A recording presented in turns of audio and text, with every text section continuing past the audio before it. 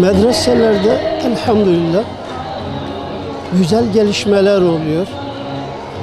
Yeniden medreselere yöneliş vardır. İlmi arayış vardır. Çünkü toplum bir arayış içindedir. Toplum hastadır. Hastalığını fark etmiş, tedavi olmak istiyor. Fakat teşhis eden yok. Teşhis eden, reçeteyi yazan alimdir. Alim az. Bundan dolayı bu ilmi çalışmaları sürdürmek çok önemlidir. Çünkü hastalığı tedavi etmek için önce doğru teşhis koymak gerekiyor. Teşhis konulduktan sonra da reçeteyi doğru uygulamak gerekiyor. O reçeteyi yazan, o reçeteyi uygulayan alimlerdir. Bizim alimlere kulak vermemiz gerekir. Bugünkü insanlık bir buhran içindedir. Bir bunalımdadır. Bir çıkmazlık içindedir. Çıkmak için yol arıyor, yol bulamıyor. Çünkü rehber insanlar var. Bir sağa savruluyor, bir sola savruluyor. Doğulu doğuya, batılı batıya yönlendiriyor.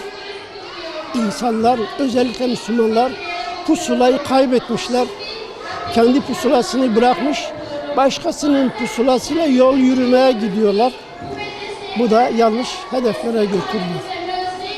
Bu vesileyle bizim kadim kültürümüz olan medrese geleneğini yeniden ihya etmemiz gerekiyor.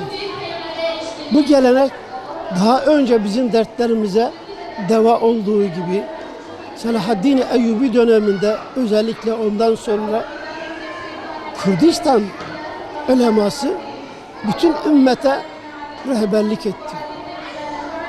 Şunu iftiharla söylüyoruz her zaman. Osmanlı İmparatorluğu döneminde tayin edilen Şeyhülislamların %80'i Kürdistan alimlerinden. Bu önemli bir şeydir. Bir dünya, bir cihan alemine ilmi olarak yol göstermek demektir. Padişahlar Şeyhülislamların verdiği fetvalarla ancak hareket ederlerdi. İşte o fetvayı veren Kürdistan medreseleriydi. Yeniden Kürdistan medreselerini o konuma kavuşturmak için biz yolun başındayız. Rabbim muvaffak ederse gelecekte inşallah güzel şeyler olur.